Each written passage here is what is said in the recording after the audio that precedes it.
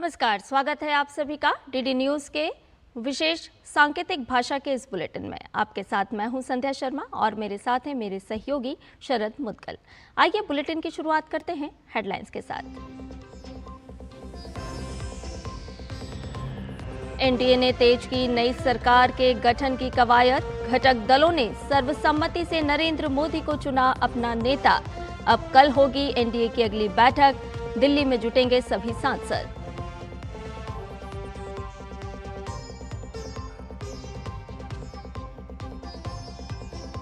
तीसरे कार्यकाल के लिए दुनिया भर के नेताओं से मिल रहे बधाई संदेशों का प्रधानमंत्री नरेंद्र मोदी ने दिया जवाब।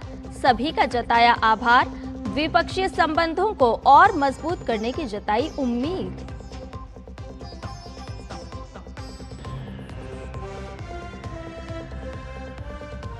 बहुमत से बहुत दूर विपक्षी गठबंधन ने फिलहाल सरकार बनाने की कोशिशों पर लगाया विराम। कांग्रेस अध्यक्ष मल्लिकार्जुन खड़गे ने कहा, सही समय पर लेंगे सही फैसला।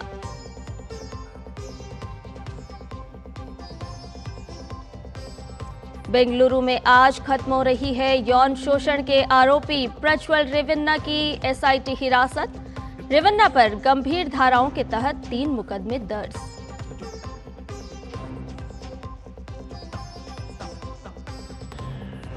दिल्ली समेत उत्तर प्रदेश और महाराष्ट्र के कुछ हिस्सों में मौसम ने ली करवट। धूल भरी आंधी के बाद बारिश ने दी भीषण गर्मी और तपिश से राहत। अगले 1-2 दिन ऐसा ही मौसम रहने के आसार।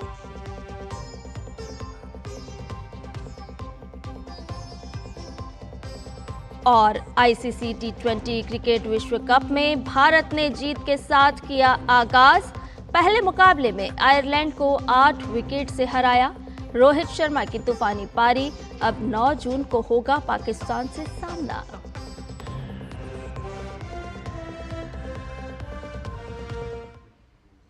और आइए अब खबरों को जान लेते हैं विस्तार से। एनडीए एक बार फिर से केंद्र में सरकार बनाने के लिए अपनी कोशिशें तेज कर चुका है। चुनावी नतीजों में पूर्ण बहुमत हासिल करने के बाद घटक दलों के सभी नेता कल दिल्ली में थे। एनडीए की इस बैठक में सभी ने सर्वसम्मति से नरेंद्र मोदी को एक बार फिर से अपना नेता चुन लिया।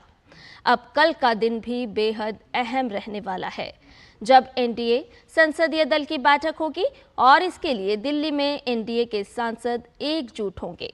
कहा जा रहा है कि कल की बैठक के बाद ही एनडीए की ओर से राष्ट्रपति के पास सरकार बनाने का दावा पेश किया जाएगा। इस चुनाव में भी बीजेपी सबसे बड़ी पार्टी बनकर उभरी है। बीजेपी को 240 सीट पर जीत हासिल हुई है। हालांकि वो बहुमत के आंकड़े 272 से दूर है, लेकिन सहयोगी दलों के साथ मिलकर बहुमत के आंकड़े के पार है। नरेंद्र मोदी की मौजूदगी में एनडीए ने बैठक में सर्वसम्मति से एक प्रस्ताव पारित किया है, जो बेहद अहम है। बैठक में पारित प्रस्ताव में कहा गया है कि मोदी जी के नेतृत्व में एनडीए सरकार भारत के गरीब, महिला, युवा, किसान और शोषित, वंचित और पीड़ित नागरिकों की सेवा करने के लिए प्रतिबद्ध है। भारत की विरासत को संरक्षित कर देश के सर्वांगीण विकास हेतु एनडीए सरकार भारत के जन जन के जीवन स्तर में सुधार लाने के लिए कार्य करती रहेगी। एक तरफ एनडीए तीसरी बार सरकार बनाने की तैयारी में है, तो दूसरी तरफ विपक्षी गठबंधन की ओर से कुछ नेताओं के दावे हवा हवाई हो गए। बहुमत से बहुत दूर विपक्षी दलों के इस गठजोड़ ने चुनावी नतीजों के बाद पहली बैठक बुलाई। कांग्रेस अध्यक्ष मल्लिकार्जुन खड़गे के घर हुई बैठक में घटक दलों के बीच राजनीतिक स्थिति पर चर्चा हुई। कई सुझाव भी मिले, लेकिन फिर इस नतीजे पर पहुंचे कि गठबंधन बीजेपी के खिलाफ अपनी लड़ाई जारी रखेगा और लोगों की आकांक्षा पूरी करने के लिए सही समय पर उचित कदम उठाया जाएगा। इधर यूरोपीय संघ के अध्यक्ष उर्सुला वॉन डेर लेन ने भारत के लोगों और प्रधानमंत्री नरेंद्र मोदी को बधाई दी है। एक्स पर अपने पोस्ट के जरिए बधाई संदेश देते हुए उन्होंने लिखा, जैसे जैसे यूरोपीय संघ अपने चुनाव की ओर बढ़ रहा है, हम दुनिया के दो सबसे बड़े लोकतंत्रों में लोगों की आवाज बुलंद करने का जश्न मनाते हैं। उन्होंने यूरोपीय संघ और भारत के बीच निरंतर सफल साझेदारी की आशा भी व्यक्त की।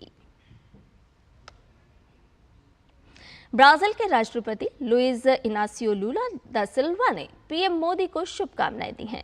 ब्राजील के राष्ट्रपति ने पीएम मोदी के साथ एक तस्वीर साझा की और एक्स पर पोस्ट किया कि सतत विकास को बढ़ावा देने, असमानताओं से निपटने और हमारे देशों के बीच सहयोग को मजबूत करने में तीसरे कार्यकाल की बधाई। ब्राजील और भारत अंतर्राष्ट्रीय व्यवस्था में अन्याय का मुकाबला करने और भूख और गरीबी के खिलाफ लड़ाई में सहयोगी हैं। ब्राजील के राष्ट्रपति ने ब्राजील में G20 और IBAC शिखर सम्मेलन में पीएम मोदी से मिलने की उम्मीद भी जताई। अमेरिका के सचिव एंटनी ब्लिंकन ने लोकसभा चुनाव 2024 में एनडीए की जीत पर पीएम मोदी को एक्स पर बधाई दी है। उन्होंने पोस्ट किया कि अमेरिका भारत सरकार के साथ अपनी साझेदारी को आगे बढ़ाने के लिए उत्सुक है।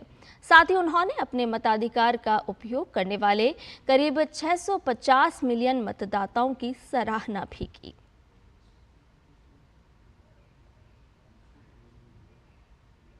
ब्रिटेन के विदेश सचिव और पूर्व प्रधानमंत्री डेविड कैमरून ने पीएम मोदी को बधाई देते हुए एक्स पर पोस्ट किया कि दुनिया के सबसे बड़े चुनाव में आपकी जीत पर बधाई।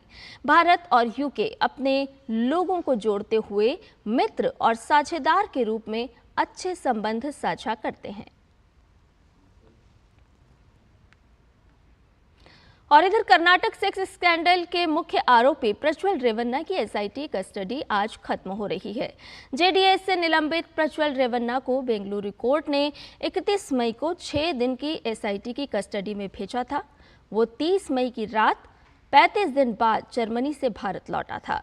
प्रज्वल रेवन्ना कर्नाटक के हासन लोकसभा सीट से जेडीएस का उम्मीदवार था और उसके खिलाफ 3 महिलाओं से यौन उत्पीड़न के 3 मामले दर्ज हैं। बहरहाल रेवन्ना अपना चुनाव हार चुके हैं। एसआईटी आज फिर अदालत में रेवन्ना की कस्टडी बढ़ाने की मांग कर सकती है। और बात मौसम की करें तो दिल्ली समेत उत्तर प्रदेश और महाराष्ट्र के कुछ हिस्सों में कल मौसम ने करवट ली। दिल्ली और गाजियाबाद में लगातार गर्मी से जूझ रहे लोगों को कल थोड़ी राहत मिली। देर रात तेज हवाओं के साथ झमाझम बारिश हुई। कुछ जगहों पर ओले भी गिरे। हालांकि बारिश और तेज आंधी के बाद कई इलाकों में पावर सप्लाई भी कट कर दी गई। बारिश के होने से पारे में भी गिरावट दर्ज की गई। आपको बता दें कि कल दिल्ली का तापमान 42 से 43 डिग्री सेल्सियस रहा। वहीं नोएडा में तापमान 44 डिग्री सेल्सियस तक बना रहा। मौसम विभाग ने अगले 1-2 दिन ऐसा ही मौसम बने रहने की संभावना जताई है। उधर मुंबई के कई हिस्सों में भी बारिश हुई। कल शाम से ही मौसम ने अपना मिजाज बदल लिया था।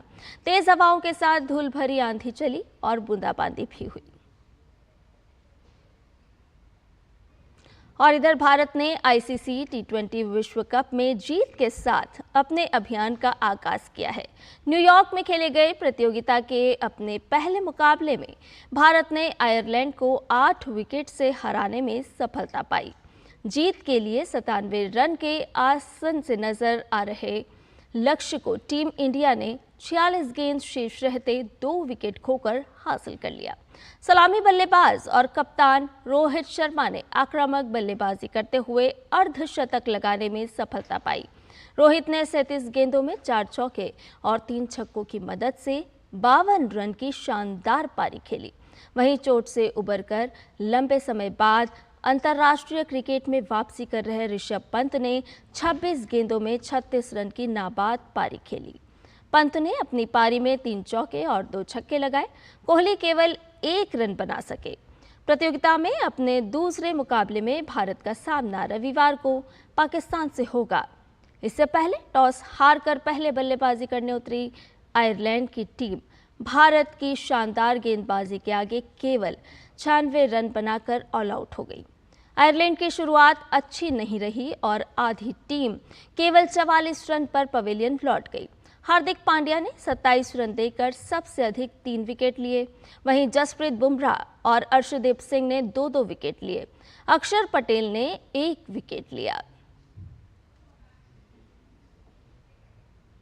और इस खबर के साथ ही हमारे इस विशेष सांकेतिक भाषा के बुलेटिन में फिलहाल इतना ही। मुझे और मेरे सहयोगी शरद मुद्गल को दीजिए इजाजत। नमस्कार।